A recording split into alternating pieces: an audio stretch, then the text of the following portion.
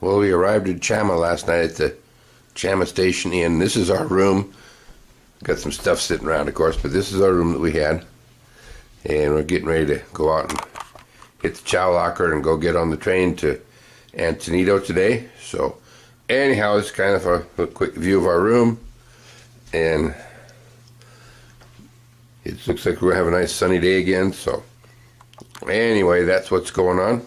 And we'll have to catch up with you on the train. Well, we're at Chama in the rail yard here at the Chama Depot. And you can see the depot there off in the background. And we got the 489. I imagine that might be our engine for the day. And you can look around, there's all kinds of rail equipment here. Most of it's in pretty good shape, much better shape than on the Durango Silverton, the freight equipment. Here's the caboose.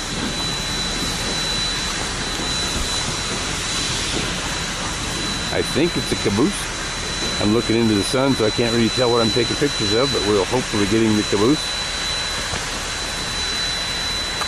And you look down this way is the coaling tower, and they have it operational again. For a number of years it was not operational, and it's now working. So but that's where they coal the locomotives up. Well, here's another view of the 489. And it looks like that might be our engine for the day. And you look right behind where this old boy's standing. There's some of the passenger cars right there. Looks like we're going to get the phony baloney homemade ones rather than the real cars. So I guess we'll find out here in a minute. Well, they just coupled us up. You know what to do, you say? Okay.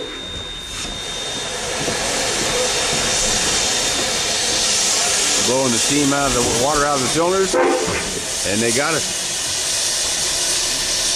This is a K27 class 282. It's commonly known as the Mud Hen. It's the only one I think that as far as I know, it's the only one that's still of the 10 locomotives in that class. It's the only survivor. The rest of them have been cut up. And we're here at the engine house in Chama, and kind of behind the engine house in Chama. And you slip around here, you can see we have the 487 inside here, and right next to it on the other stall is the 488. So anyhow, they're getting things ready to go for this morning, and our train's being put together. And something I didn't know they had on the railroad, and that's their own fire department. And being an old firefighter, I have to get a picture of this. So anyway, this is their engine that they have for fighting fire from the looks of it. Well, they're putting our train together, and our car here is going to be, this one here, 523, is going to be our car that we're going to ride in. So at least we get one with the clear story, classic clear story roof on it rather than the flat toppers. They made these flat top cars. They're homebrews from their own shops here. Well, here's the rotary plow, and I got the boss taking pictures of the rotary plow.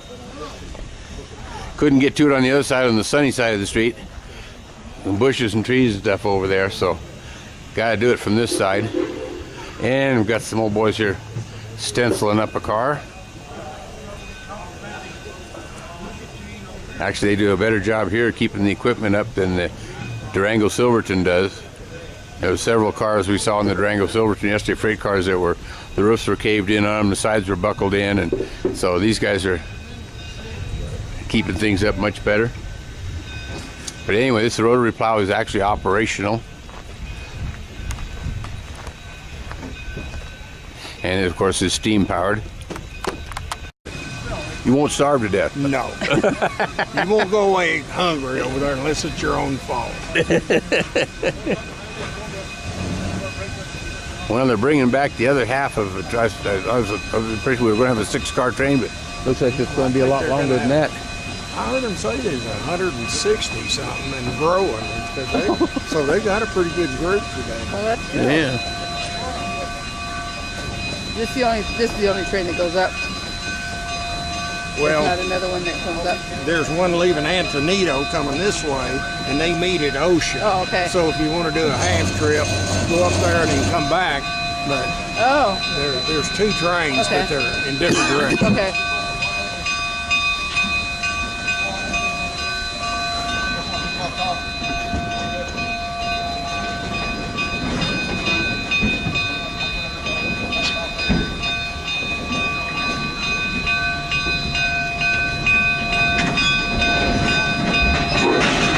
A nice joint. Get good direction, it helps.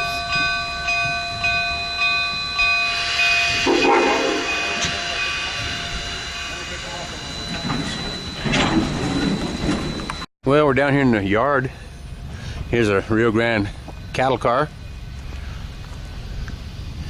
And notice the next one's a Rio Grande. All this stuff is Rio Grande, but notice the lettering is different on the next car. And this is all maintained by volunteer labor, volunteer people. That nobody gets paid to keep this stuff up, which is not like the Durango. The Durango doesn't maintain their freight equipment at all, which we saw that yesterday. Another car, the 5549. You look, the lettering here at the bottom was rebuilt Alamosa, September 1926. So that tells you how long that car has been on the road. And it's a double-deck cattle car, so they haul either sheep or hogs in it. This is another caboose. This is a little bobber caboose. Actually, it's not a bobber caboose. It has trucks on each end of it. They had one of these in the museum at Durango yesterday. You couldn't go in it, though, except just a little bit on one end. So we're going to see if we can't sneak inside of this one and see what the inside of it looks like, and then we'll go up the other side of the train and get ready to board our train for Antonito. Well, this is inside the caboose. Here's the caboose lantern. And I got a bin here with drinking water in it. It says on the fine print here, drinking water. And then around the back side of here, you have a stove, coal stove for heat. And some lock. Here's the bunk. And two more bunks inside here. So here's kind of looking back through the caboose from the other end. And here's your brakeman seat up here. The conductor's kind of short on office space, so I don't see a desk for the conductor in here anywhere other than possibly this little bit right here. And that would be it.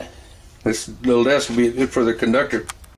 Here's a gondola. They're doing some extra work on it here, repair work on it. So got some new lumber there. That car will probably be repainted, re-stenciled. It's 30 feet 9 inches long inside and 6 feet 10 inches wide inside, and came from Alamosa in 1938. Well, this is the deluxe tourist accommodation on the tourist train this morning. This is where the high price tickets go. Get your own little table and fancy chairs here. And over here is the cheap seats. No seats at all. This is an open air car. And so that's what the cheap seats look like. Yes, sir. You need to be in the National Forest up in Colorado. There's the Rio Chama River down there in the trees. You can't really see it very well from here, but The river is an elk refuge, 18,000 acres. Beautiful country where the elk come down and calve in April. Most of the elk are up in the higher meadows now. Going through rows of aspen trees, lots of water in the ground, which the aspen tree.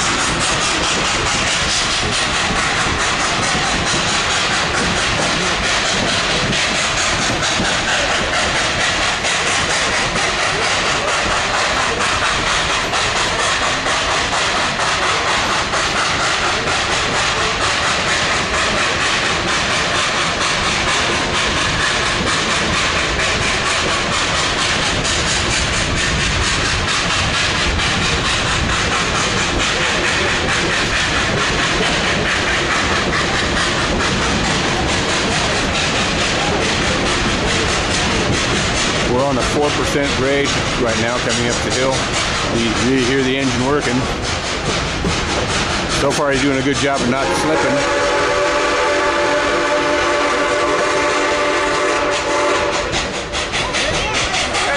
There's a nice little buck running back into the woods on the right. Pausing for it. Oh, thank you. Still in velvet.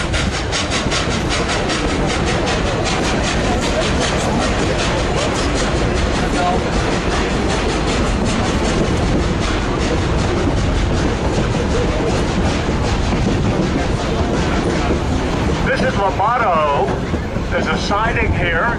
Trains need to be able to pass each other. This is a single track railroad for the most part. So here we have the siding, and on the left are the original stock pens. They haven't been restored, so they're pretty well fallen down. Used to be a great many sheep raised in the Chama Valley, some cattle, but tens of thousands of sheep were hauled out every fall. So the work crew pulled off on the siding here to let us go by. They've done wonderful things with the tracks over the last decade or so, adding tens of thousands of new ties and a great deal of ballast. This strange structure on the right really is not a railroad pertinent. That's left over from a movie set. That was built for a movie called Shootout in 1970 with Gregory Peck and reused in the opening circus scene from Indiana Jones in the Great what is the Last Crusade? In Lobato, we should be going across the trestle here right directly. Indiana's running along the circus train. And you can see a pile of ties here. They've been doing a lot of track work. Hold of the spout on that And you can see some of these ties are in pretty sorry shape. Back in front of the bad guys. Now ahead on the left is one of only two big bridges on the railroad. This is Lobato Track.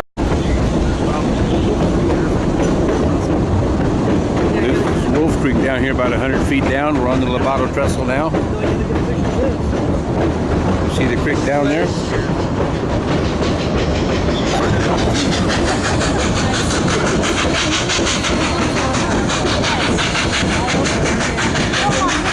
Getting a cinder bath, are you?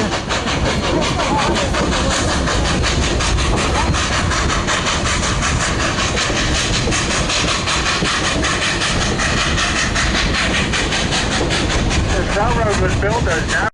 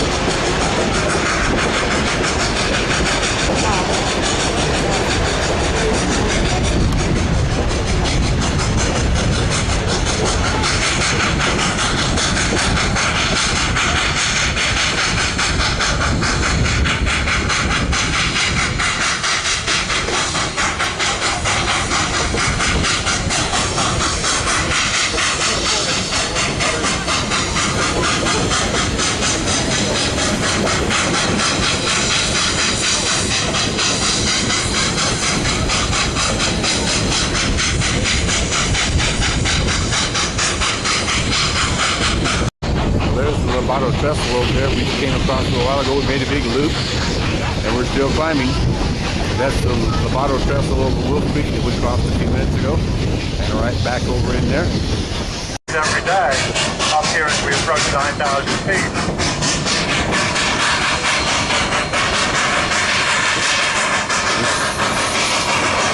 Slipping a little bit.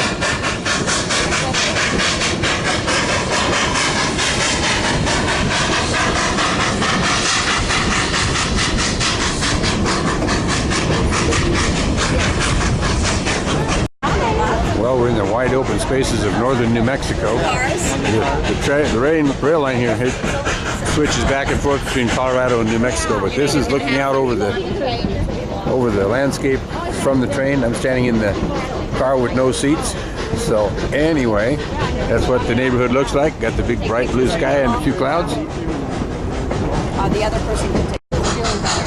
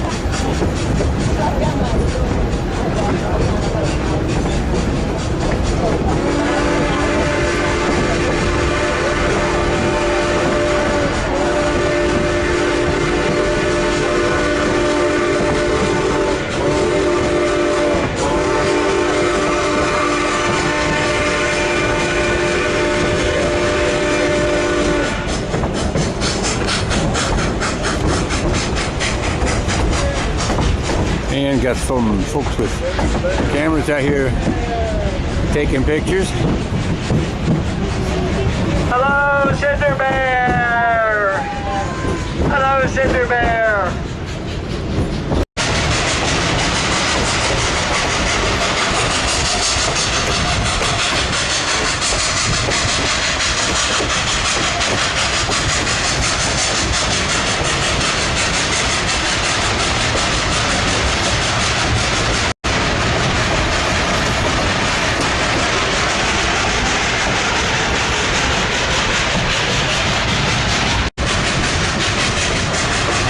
Well, we're almost to the top of the 4% grade on Cumbres. We're close to 10,000 feet. I think we're only about another 2 or 3 miles, we'll be to the top of the grade. And you can see some of the hillside, the mountainsides over here, some of the canyons we've been through. And I'll take a picture down in the canyons from the summit of Cumbres when we get there. Got some wildflowers here. Got some yellow whatever they are and some purple whatever they are. Not up on the wildflowers too much.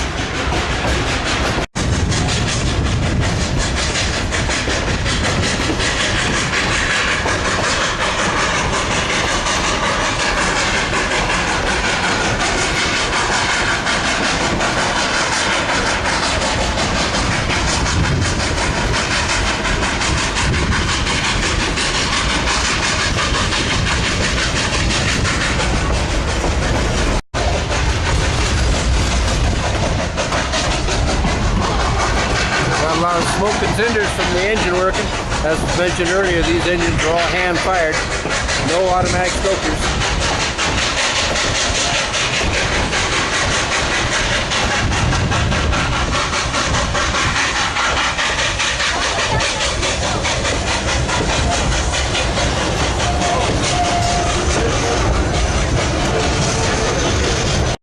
Well, this is the Cumbres summit, or summit of Cumbres Pass.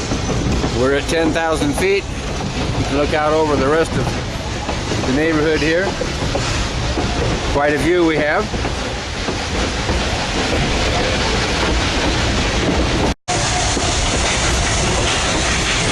You hear the engine's not working as hard as it is now, and you can tell we are headed downhill. Now the folks are hanging out the car just like I am. And there's a 2-lane and nobody's out there. Got an empty road, nobody around. But we're out here in the middle of no place too.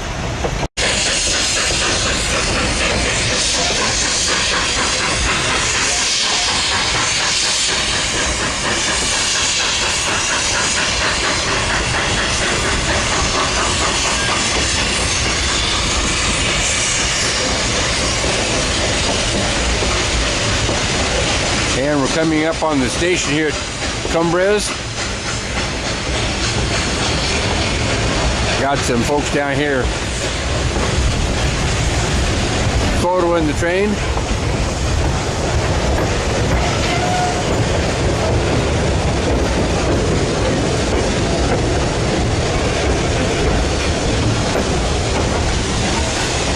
And here on the right is the station at Cumbres. And here's the sign, Cumbres Pass, elevation 10,015 feet, 10015.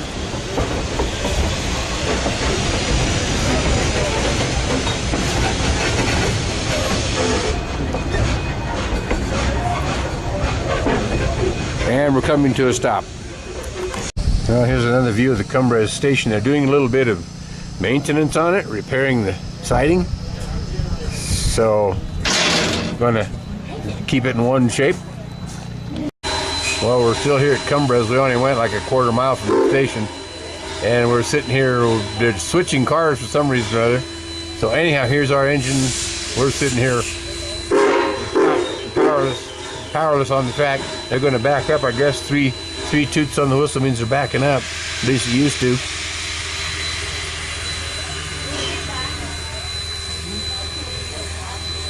In the old Western days, get somebody on that call that you don't want to stay with and pull the plug and watch the brake.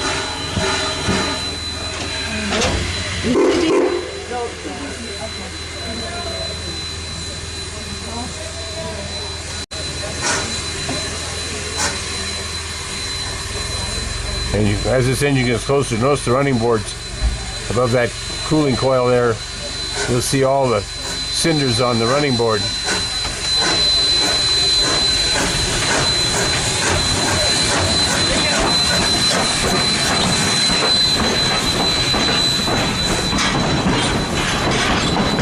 Well, they dropped that car for whatever reason, and as you can see, they are headed down. They're going to make another joint with us, and should be on the way to rock and roll here pretty quick.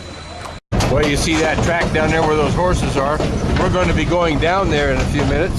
We're going to make us a big loop, and we're headed down the east side of Cumbres, and you can tell the engine's not working as near as hard as it was. You can look out and you can see the loop kind of in the distance there. We're going to come down and come around that.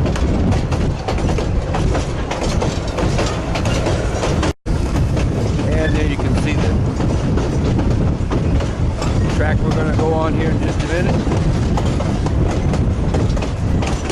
We're headed downgrade. Our next stop is going to be Osier.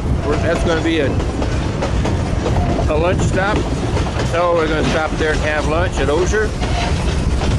And you can see the engine's a lot quieter drifting downhill.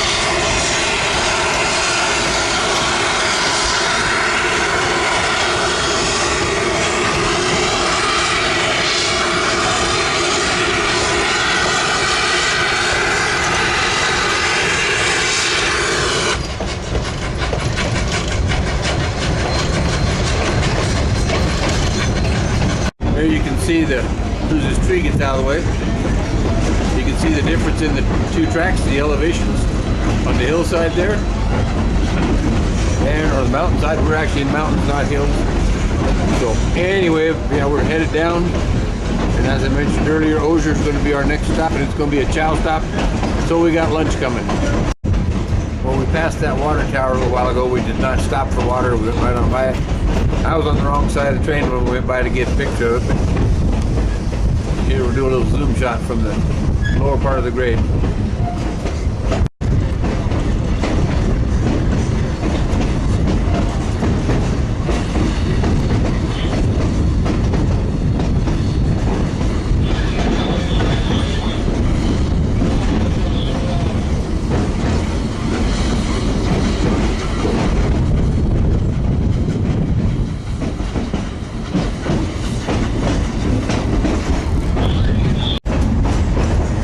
If you look carefully, you can see the other train coming from Antonito.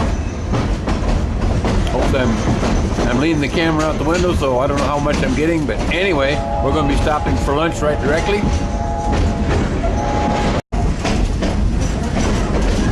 There you can see the other train again on the hillside over there. And this building with the red roof on it, that's where we're going to stop for lunch. Both trains will meet there. So we're just a little bit behind the other train, but we will see everybody at lunch, and we'll catch up with you later. Well, behind our train, checking for fires from all the cinders, we have us a speeder car that's keeping an eye on things.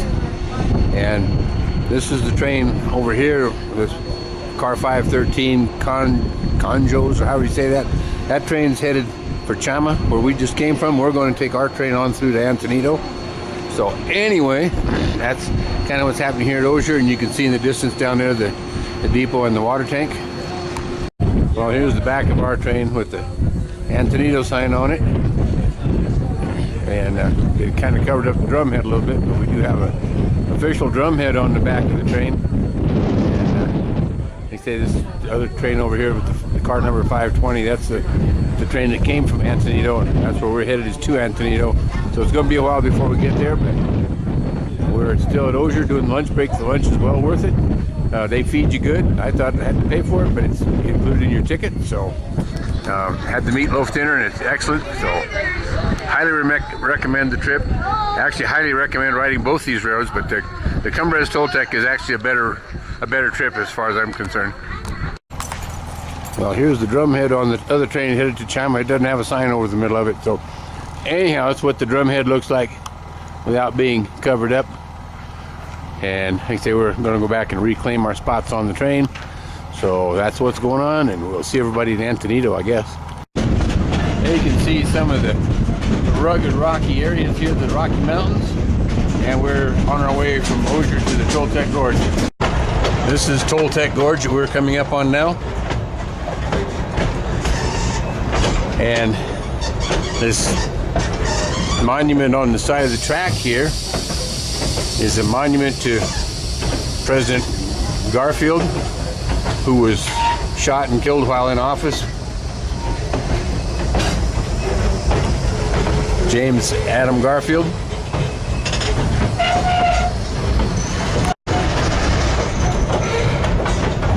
Give you some view down in there.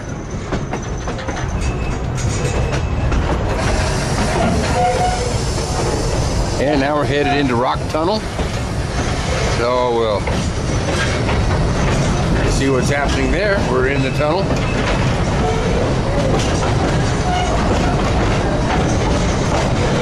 Getting kind of gloomy in here now.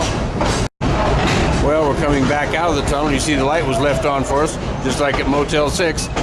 And we're out of Rock Tunnel, and you can see some more of the Toltec Gorge down in there.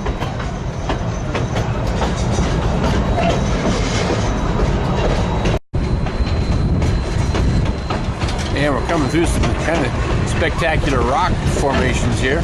Out behind these trees, we can see things a little bit better. There you can kind of see some of the rocks. Some of the red cathedral spires.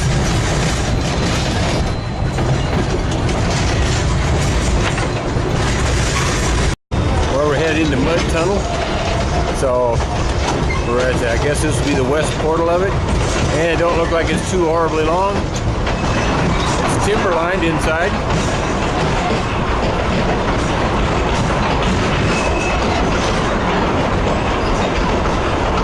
And they left the light on at the end of the tunnel on this one too. So anyhow, this is Mud Tunnel.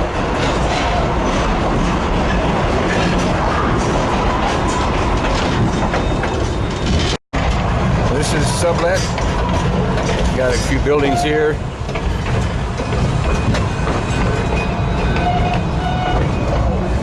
We may stop for water here. There's the sign, sublet. Well, we're stopping here, and there is a water tank here, so we're going to take water. Well, we're coming out of the trees here in the mountains and getting more into open country. And we've only got about 15 miles or so to go. We'll be to Antonito.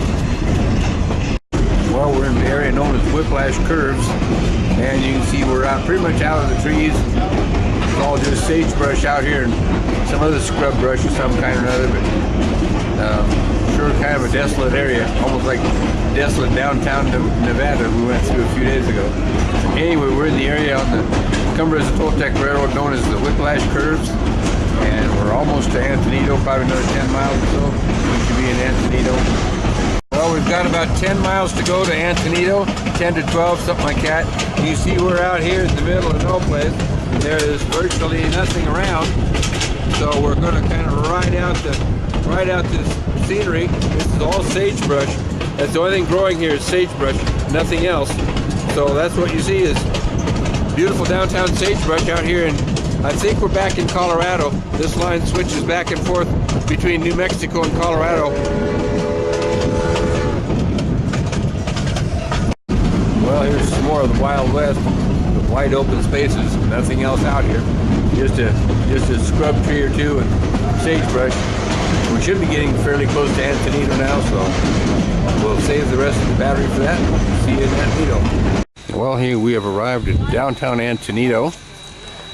Had a great trip, ready to do it again. We're going to go back tomorrow from Antonito here back to Chama. And had a great trip and looking forward to the trip back. Well, this is our motel in Antonito, the narrow gauge railroad inn, and turn around this way. See all the big bright blue Colorado sky, and then you could see the building itself. And we were up there on the second level, kind of right above this red car. So anyway, this is where we stayed here in Antonito. It's the only place to stay in Antonito. So anyway, that's what we're up to. We're going to go off and get something to eat since it's morning now. Well, here's a K37 class. This was originally a standard gauge engine, and they narrow gauged them and used them on the Durango Silverton narrow gauge, not Durango Silverton, the Denver Rio Grande narrow gauge. They were used basically between Antonito and Denver, and between Antonito and Farmington, and on the Durango Silverton branch. They were kind of long, not long-legged, but stiff-legged, and they were rough on the track, and the track was rough on them.